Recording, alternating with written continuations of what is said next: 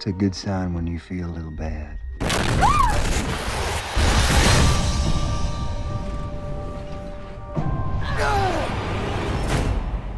Can you move? I think so. Well, then be ready to. Are you okay? I hope you can forgive me. Do you hate yourself? Why would you sign up to work in the coldest place in the entire world? Help What were you me. thinking? Did you have moments on set where you're like, what did I get myself into? Yeah, and then I thought, I read the script, I knew this was coming, why am I surprised that I'm in the middle of the snow in a mini dress? Like, this was on paper. But, you know, in those situations, the weather's kind of doing the acting for you. I was like, well, I'm actually hypothermic, so this will look real. No, but you did some heavy research for this. I read that you read all these books about incest to sort of get into this woman's head a little bit, or what was the thought process behind that? Yeah, because incest to me was such a strange concept. I couldn't wrap my head around it, and I thought, well, there's got to be a reason, there's got to be a kind of repeated pattern. And so I read all these really creepy books that were pretty fascinating, and it really helped. And Eric and I decided that we wanted our characters to have that kind of weird, subtle undertone of incest, but to not overplay it, because, you know, you pick up on that pretty quickly, and it's enough to have it just be kind of creepy and subtle, I think. You'll make it in this movie, Olivia Wilde. A little bit. You're welcome.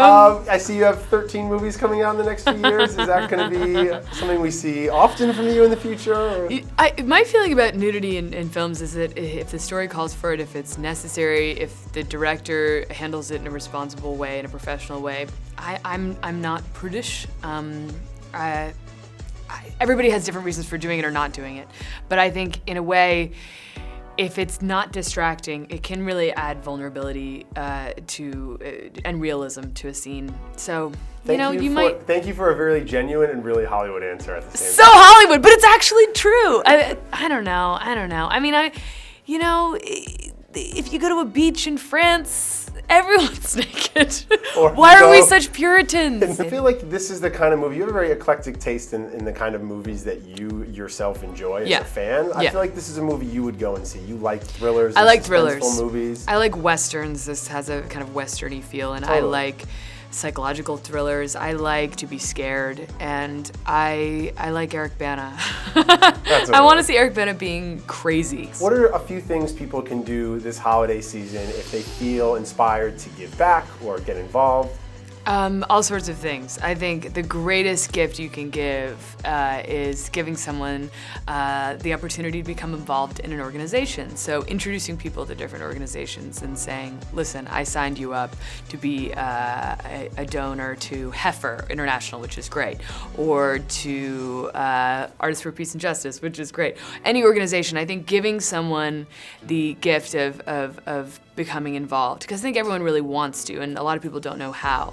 So that's what I like to do, is introduce people to cool orgs they may not have heard of and said, listen, I set this thing up for you, now you are a donor, and get involved. Well, unlike many of your Hollywood peers, you didn't fall off this election cycle. It seems like a lot of people in Hollywood kind of backed away from supporting Obama publicly this year. Maybe. You were out there as active as ever. Now that he's won and he's got another 4 years in front of him, what's one thing that you really want to challenge him to step up and take care of over this next administration? Drug policy reform. There's too many people in prison for breaking laws that shouldn't exist. We shouldn't be overcrowding prisons because of marijuana. Possession of marijuana should not put you in prison. And I think states are slowly waking up to that. People are making decisions. We've seen in a few states that they've legalized it for recreational use. I think there's an opportunity to really transform the way people view drug policy, and I think it'll transform the way that the justice system works, the prison systems work, the education systems work.